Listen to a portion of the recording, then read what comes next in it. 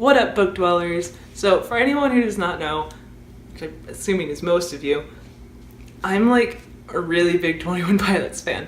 I have a 21 Pilots flag and their little faces on my wall. I really like 21 Pilots.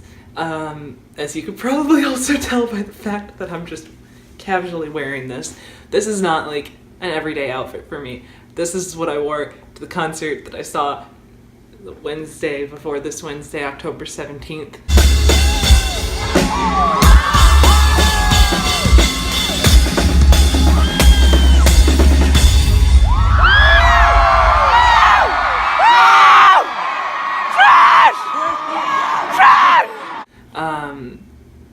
And I just kind of put it back on for this video because today I have created my own tag around their new album Trench. I am calling it the Trench tag.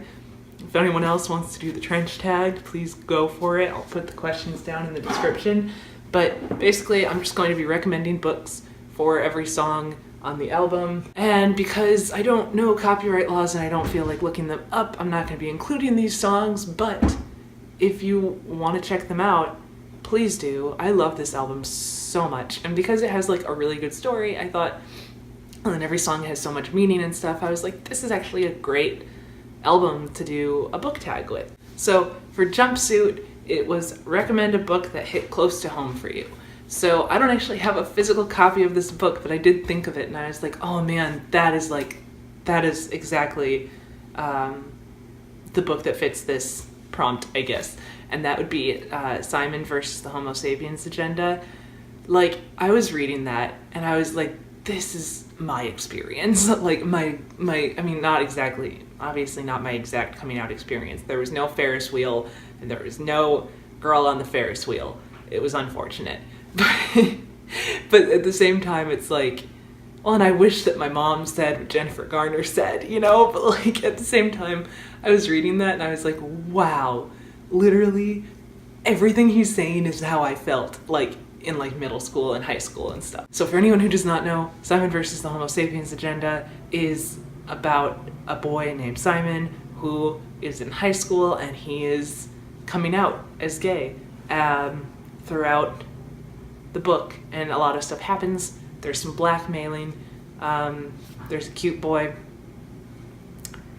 mystery boy because he's got a pen pal, an email pen pal. That was a great description of that book. Check it out, it's good. So for Levitate, it is recommend a sequel. No one should be surprised by what I'm about to recommend. But one of my all-time favorite books is actually a sequel, and it is Crooked Kingdom. And I don't feel like I can say all-time favorite because like this just came out like very recently. But anyway, it's so good. Like, honestly, I love it more than Six of Crows. It is like the best book ever. And I just recommend that everyone read Crooked Kingdom because it's an amazing sequel. Can't really talk about what this book is about since it's a sequel, but I will say that Six of Crows follows 6 beautiful misfits who, clearly I have this description like down pat, follows 6 beautiful misfits who go on an adventure to basically save a scientist and save the world, and there's magic. I said I had it down pat, I don't. So for Morph, I had a really hard time coming up with a prompt for this, but recommend a book with a lot of death. So there's a lot of books with a lot of death, but one that I'm really just obsessing over right now is Vicious by V.E. Schwab. I also met her and had a great little conversation with her. It was amazing. I love her so much, but this is just such a good book. I love all the characters in it, and like, oh my god, it's an amazing book. Please just read it. I mean, but there's a lot of death, and there's honestly a lot of suicide, but it's all like really planned out and not permanent suicide. This follows 2 college roommates, Victor and Eli, as they try to create extraordinary beings, which are basically people with superpowers. And then 10 years later, Victor is escaping from prison. And we kind of have to, well, and he's looking for Eli because he wants revenge, but we kind of have to figure out why that occurred and stuff. Oh my gosh, it's such a good book. I really recommend it. So for My Blood. Recommend a book that features the found family trope. So this whole series kind of features the found family trope, and that is the Raven Cycle series by Maggie Stiefvater. They're all just a little family. Like, you know, they all just kind of become a little family over the series, and it's cute. These books follow Gansey, Blue, Noah, Adam, and Ronan as they go on this long adventure to find the hidden Welsh king, the sleeping Welsh king, Glendower, in the hopes that he will grant them a wish. There are psychics, there are ghosts, there are magical powers and forests and everything that you could ever desire. It's just a great series. But yeah, definitely cute little found family trope going on in here. So for Chlorine, I said recommend a middle grade or children's book, or just a book that you think is pure. I said middle grade and children's because honestly most adult books are not that pure, or even young adult books are not that pure. But for this one, I have picked Nevermore, The Trials of Morrigan Crow, because this middle grade book is so precious. Like, it is so cute. I love this middle grade book so much. This follows Morrigan Crow, who is cursed to die on her 11th birthday. But instead, on her 11th birthday, she's actually whisked away by a man named Jupiter North, I believe his name is. I can't remember his last name. It's Jupiter, though, who takes her to Nevermore, where she's basically put into this competition with other children in order to, what did they call it? To join the something. Oh my goodness, it is so good. And it's very pure, very wholesome, and very cute. So if that's what you're into, I really recommend picking this book up. For Smithereens, I said recommend a book with a cute romance. I love how, like, anyone who does not know what these songs are about is like, why does Smithereens, what does Smithereens have to do with a romance? Like, it sounds so weird, but like, it's just a cute little song about his wife. Like, cute. Anyway, so recommend a book with a cute romance, and I'm now realizing that the book I picked has a cute romance, but it's not. You'll get it, you'll get me. I picked The Song of Achilles by Madeline Miller. And I'm like, oh, that is really cute, but like, it's also so sad.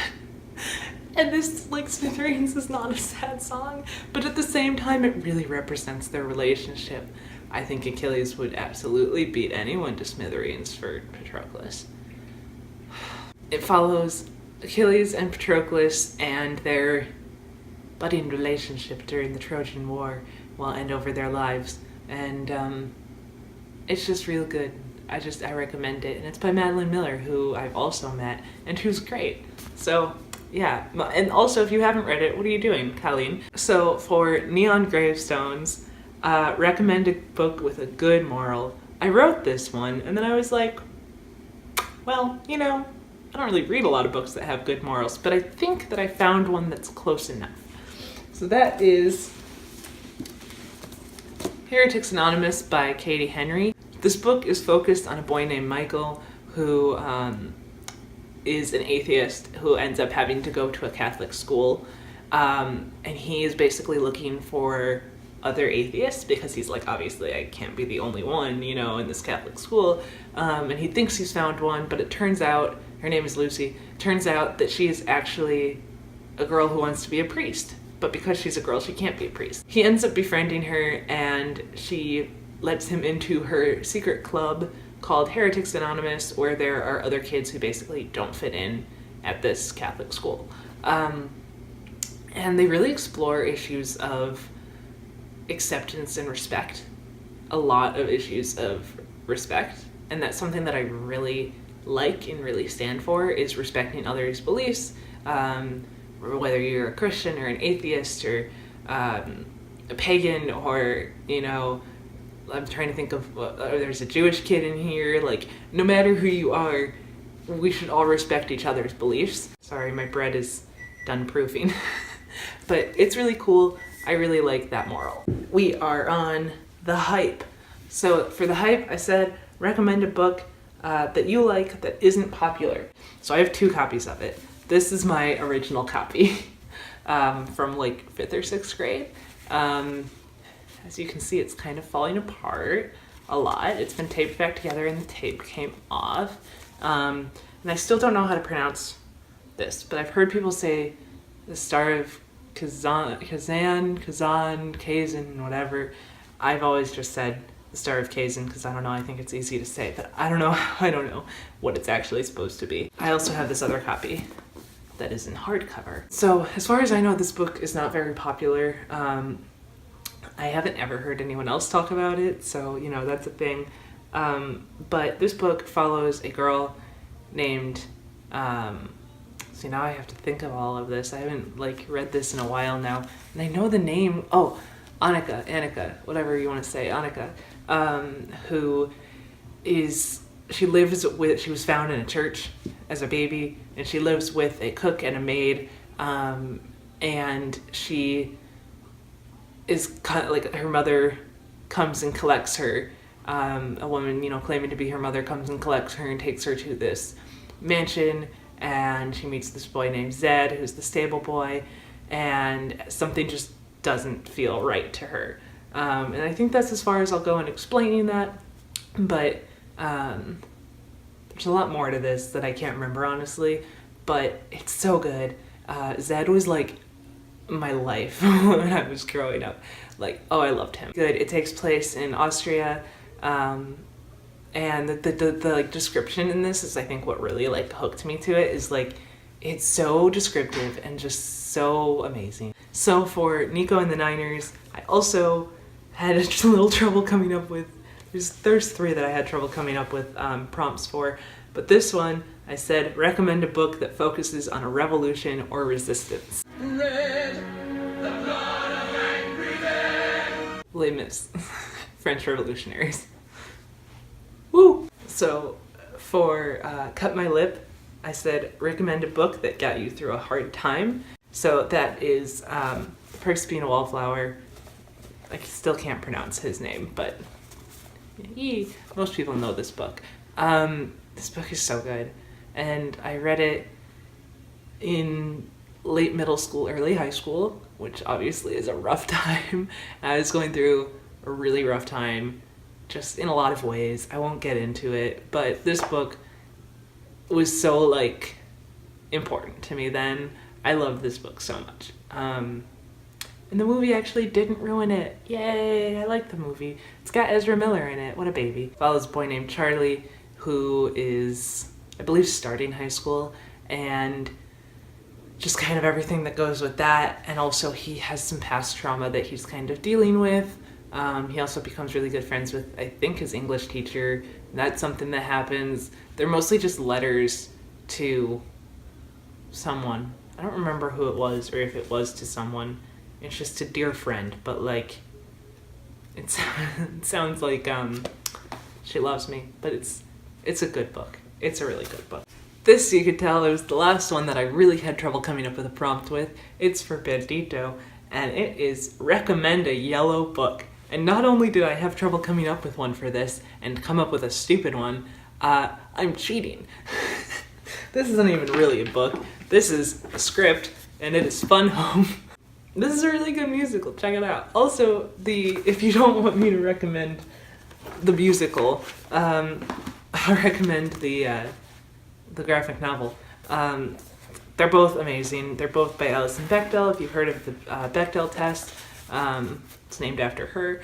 I think she actually came up with it. I don't really know. But anyway, these follow her life coming out as gay, realizing she was gay, and dealing with the fact, or also finding out the fact, I guess, that her dad was also gay and was having relationships with underage boys. Yeah, it's sad, but it's really, really good. Totally recommend all media surrounding this story. Okay, for Pet Cheetah, I thought recommend a book that got you out of a reading slump. And this one, I'm not sure. I think it fits this. I don't know. I don't remember my life, but it is The Black Prism by Brent Weeks. I read this because my friend let me borrow it and like told me I should read it, and I was like, okay, and it's like really, really long. I don't remember how long it is. It's in the 700s. I read this and I was so proud of myself that I was like, I can read anything now. And then I like really got back into reading and it felt so good. And basically I've just been reading ever since. Can't really explain the premise of this book because it's really complicated, but all I can say is it follows this guy. His name's Gavin. Everyone else in this world has like fantasy names and his name is just Gavin, so whatever. And he is the prism, which basically means that he has control of all the colors of light. It's very confusing. There's a lot happening in these books, man. This is a series too. I can't explain it. Check it out. It's a good time. Also, like, you know, it's just a complicated fantasy series, basically. For legend, I said recommend a book by an author who is no longer alive. So many people know this about me. I am a huge fan of Ray Bradbury. This was the book that introduced me to him, and it is The Illustrated Man, obviously by Ray Bradbury. He passed away a few years ago. I don't remember how long now, but it's been a bit, and that was a rough day in my life because I really do love Ray Bradbury. But this book is a collection of really weird and messed up short stories. My radiator is just going for it right now. But he writes mostly science fiction. So it's mostly science fiction short stories. If you want a really messed up one, this is how I got some of my friends to read Ray Bradbury books and stories and stuff. The Veldt. The Veldt is a good time. It's available online. Just go read it. You'll feel messed up afterwards. It's a good time, but that, among other stories in this book, are just completely amazing. Oh my gosh. So for Leave the City, I said recommend a book with a cliffhanger. So I picked Thunderhead by Neil Shusterman. If you've read it, you understand what I mean. I've talked about this book in a few other videos, but I will say really quick, Scythe followed, obviously this is a sequel, so I'm not gonna go into that, but Scythe is in a world where no one dies anymore, basically, and if they do, they get revived, so they need to have scythes who their job is to kill people, and they call it gleaning, and this series follows two apprentices of a scythe, Citra and Rowan. Sorry, I always have trouble with Ronan and Rowan. And yeah, that's really all I can say. There's a lot that goes on in these books, but that has a quality cliffhanger. Thank you for watching. I hope you enjoyed this video. I love my boys and Trench, and this whole era is great. So if you are interested in this album, you know, check it out. It's a quality album. Comment, like, subscribe, check out some of these books, and I will see you next time. Bye.